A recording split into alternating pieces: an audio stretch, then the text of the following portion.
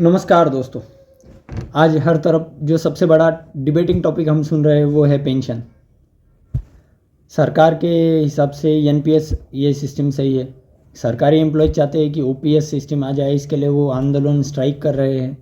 हर तरफ हम यही देख रहे हैं। कुछ कुछ राज्य सरकारों ने फिर से ओपीएस लागू कर दी है। आज के इस वीडियो में हम विस्तारित रूप से जानेंगे कि ये जो ओपीएस है और एनपीएस है, old pension scheme new pension scheme, ये क्या है, ये पेंशन कब से और क्यों स्टार्ट की गई, इसके पीछे का मुख्य कारण क्या था, और हर पर्सपेक्टिव से हम जानना चाहेंगे और देखेंगे इस वीडियो में कि सरकार का पॉइंट ऑफ व्यू क्या है, आम जनता क्या चाहती है, गवर्नमेंट एम्प्लॉयज़ क्या चाहते हैं और उनका पॉइंट ऑफ व्यू क्या है, और आपको क्या लगता है ये आप कमेंट्स में हमें ज़रूर बताएं। और वीडियो के एंड में मैं अपनी भी राय बताऊंगा कि मुझे कौन सा सही लगता है सिस्टम, हर पर्सपेक्टिव से सोचने के बाद। तो पहले यहाँ पर बात करेंगे कि सरकार को एनपीएस योजना क्यों लानी पड़ी, ओपीएस को क्यों ख़त्म करना पड़ा। तो इसके पीछे जो मुख्य कारण बताए जाते हैं कि जैसे जैसे हेल्थ फैसिलिटीज़ अच्छा होता जा रहा है हमारे देश में, तो लाइफ एक्सपेक्टेंसी रेट बढ़ेगा। और जो ये ओपीएस योजना थी, इसमें पूरा जो पैसा था वो सरकार भरती थी पेंशन का। तो सरकार का ऐसा मानना है कि इससे सरकार के तिजोरी पर बोझ पड़ेगा, क्योंकि इसमें जैसे जैसे एज ज़्यादा होती जाएगी लोगों की, तो उन्हें ज़्यादा सालों तक पेंशन हमें देना पड़ेगी। और सरकारी जैसे जैसे पगार बढ़ती जा रही है, सैलरी बढ़ती जा रही है, तो जो पेंशन की अमाउंट होगी वो भी बढ़ती जाएगी। तो इसलिए सरकार को लगता था कि ये जो ओपीएस जो योजना है ये आगे जाकर बोझ बनेगी और ये अनसस्टेनेबल हो जाएगी, इसलिए उन्होंने एनपीएस योजना लाई। विस्तारित रूप से बात करने से पहले, ओपीएस और एनपीएस योजना को जानने से पहले, ये योजना, ये पेंशन कब से स्टार्ट हुई ये हम पहले जानेंगे। जैसे कि हम जानते हैं कि 1857 के क्रांति के बाद ही पेंशन इस टर्म की चर्चा होने लग गई थी, क्योंकि ब्रिटिशर्स ने सोचा था कि हमें कुछ ऐसा करना पड़ेगा कि जिससे ये जो हमारे एम्प्लॉयज़ है ये लोग हमेशा हमारे विरोध में ना जाए, इसलिए उन्होंने ये पेंशन स्टार्ट की। जो विरोध उन्हें दिख रहा था कि ये विरोध बढ़ सकता है, इसलिए उन्होंने ये पेंशन स्कीम स्टार्ट की। सालों साल इसमें चेंजेस आते रहे, लेकिन जो इंडिपेंडेंस के बाद की बात करेंगे, जो पेंशन स्कीम हमने लागू की, लेकिन सबसे बड़ा सवाल ये है कि इस पर इतनी चर्चा क्यों की जा रही है पेंशन स्कीम पर। तो इसका जो मुख्य दो कारण है, एक तो पहला है कि आंदोलन और प्रोटेस्ट जो हो रहे हैं देश भर में अलग अलग राज्यों में, ये हम सभी देख रहे हैं। और दूसरी ओर कई कई राज्य सरकारों ने फिर से ओपीएस योजना को लागू कर दिया है, तो इसी कारण से इस पर इतनी चर्चा की जा रही है। अब हम विस्तारित रूप से जानेंगे कि ओपीएस योजना क्या थी और एनपीएस योजना क्या है, और फिर आप इस पर आपकी राय बनाएं। तो अब बात करते हैं ओल्ड पेंशन स्कीम के बारे में कि ये स्कीम क्या थी। तो ये जो एक पोस्ट रिटायरमेंट स्कीम थी, और ये लाइफ लॉन्ग इनकम आपको पोस्ट रिटायरमेंट के बाद मिलती थी। तो इस स्कीम में एक्चुअली ऐसा था कि आपका जब रिटायरमेंट एज हो जाती है, उसके बाद आपको जो आपकी लास्ट सैलरी थी उसका लगभग इक्विवेलेंट टू 50% आपको एज पेंशन मिलता था, और ये लाइफ लॉन्ग तक मिलता था। लेकिन सरकार को इसमें कंसर्न्स ऐसे आए कि अगर ऐसे ही हम पे करते रहे, क्योंकि अनफंडेड थी, पूरा जो पेमेंट था वो सरकार कर रही थी, तो सरकार का ऐसा मानना था कि अब जैसे जैसे लाइफ एक्सपेक्टेंसी अच्छी होती जा रही है, हेल्थ फैसिलिटीज़ अच्छी होती जा रही है, तो लाइफ एक्सपेक्टेंसी बढ़ेगी हेल्थ फैसिलिटीज़ अच्छे होने से। तो ये जो पेंशन हमको देना पड़ता था, पे आउट जो देना पड़ता था, ये ज़्यादा सालों तक देना पड़ेगा।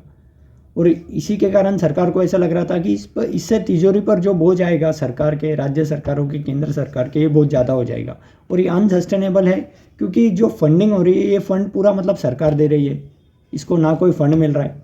तो इसीलिए इस योजना को 2004 में सरकार ने बंद किया और उसके बाद एनपीएस इस योजना को लाया गया।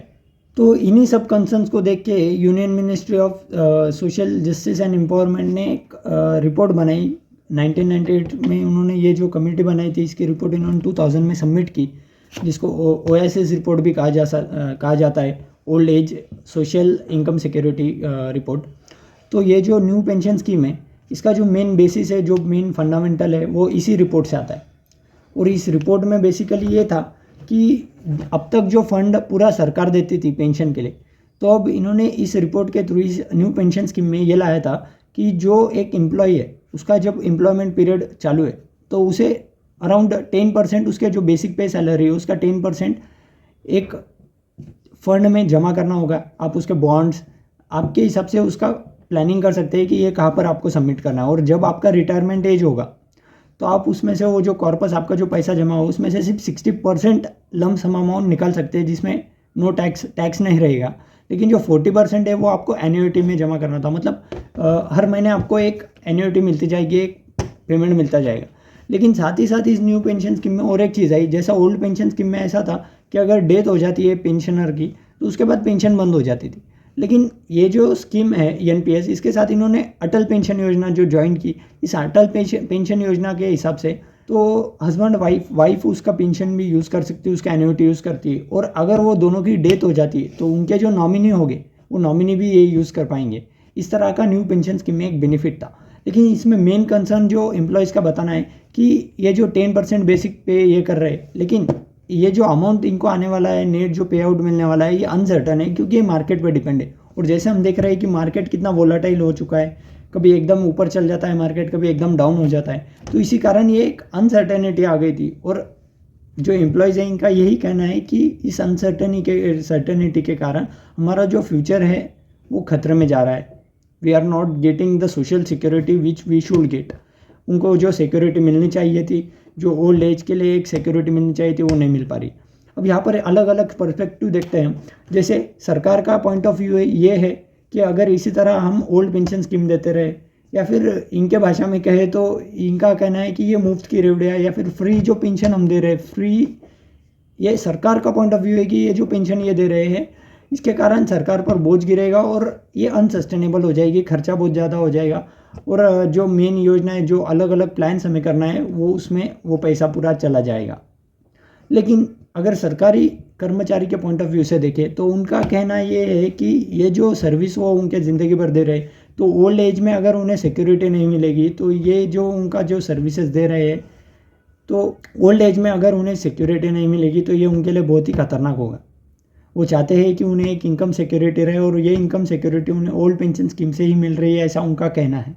क्योंकि ओल्ड पेंशन स्कीम में एक फिक्स्ड अमाउंट ऑफ मनी उनको मिल रहा था, उनके एक फिक्स पे था कि 50% अराउंड जो तुम्हारा लास्ट पे सैलरी थी उसका 50% आपको मिलेगा। लेकिन यहाँ पर अनसर्टेनिटी आने के कारण न्यू पेंशन स्कीम में उनका इतना इंटरेस्ट नहीं है। उनका मानना है कि इससे उनका फ्यूचर सिक्योर नहीं हो पा रहा है। और साथ ही साथ अगर आम जनता की बात करें तो आम जनता में दो पॉइंट ऑफ व्यू है, दो नज़रिए है देखने के। किसी का कहना है कि इन्हें पेंशन क्यों देनी, ये लोग तो काम भी ठीक से नहीं करते, कोई कर्मचारी काम नहीं करते हैं ठीक से, लेकिन उसके लिए आप सभी को ब्लेम नहीं कर सकते, जैसे हम देखते हैं। और दूसरा नज़रिया ये था कि सभी जानते हैं कि कोरोना जैसे महामारी में भी ये लोग काम कर रहे थे, और मैक्सिमम लोग तो 50% पेमेंट पे काम कर रहे हैं। तो इसी तरह इन्होंने भी जो इनके लाइफ में स्ट्रगल किए, तो इनको फ्यूचर सिक्योरिटी मिलनी चाहिए। तो इसी तरह ये ओल्ड पेंशन स्कीम और एनपीएस के बीच में हमने आपको डिफरेंशिएट बताया। आपको क्या लगता है, आप कमेंट्स में ज़रूर बताएं। और मेरी पर्सनल राय ऐसी है कि सरकार को इसमें एक मिडल लाइन में एक कोई वे निकालना चाहिए, एक तरीका निकालना चाहिए कि कैसे आप लोगों को एक विश्वास दिला पाए कि हम आपको सिक्योरिटी भी दे रहे हैं और सरकारी तिजोरियों का बोझ भी ना बढ़ पाए। तो मेरी पर्सनल तो ऐसी राय है कि सिक्योरिटी जो ओल्ड पेंशन स्कीम से मिल रही थी, एक सर्टेनिटी, एक फ़िक्स अमाउंट थी, तो ये फ़िक्स अमाउंट उन्हें ज़रूर मिलनी चाहिए, क्योंकि एक फ़िक्स अमाउंट से उन्हें सिक्योरिटी मिल पा रही है।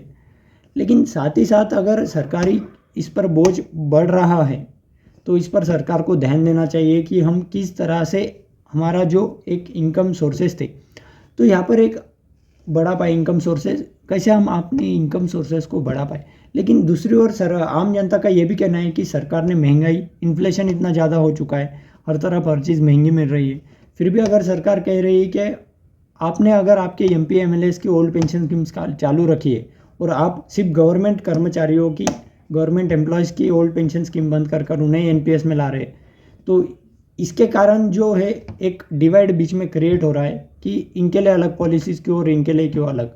हम अगर डिफेंस की बात करें तो डिफेंस में ये ज़रूरी है कि उन्हें एक फिक्सिटी रहे, क्योंकि वो अपनी पूरी जान न्यौछावर करके सरहद पर हमारे लिए खड़े। लेकिन अगर एमपीज़ और एक आम जनता को कनेक्ट किया जाए तो ये दोनों के बीच में एक डिवाइड नहीं क्रिएट होना चाहिए, ये सरकार को ध्यान रखना चाहिए और एक मिडल रास्ता ढूंढना चाहिए। अगर आपको हमारे वीडियोस पसंद आ रहे तो प्लीज़ चैनल को शेयर और सब्सक्राइब ज़रूर करें, और इसी तरह के वीडियोस के लिए हमारे चैनल पर जुड़े रहें। धन्यवाद।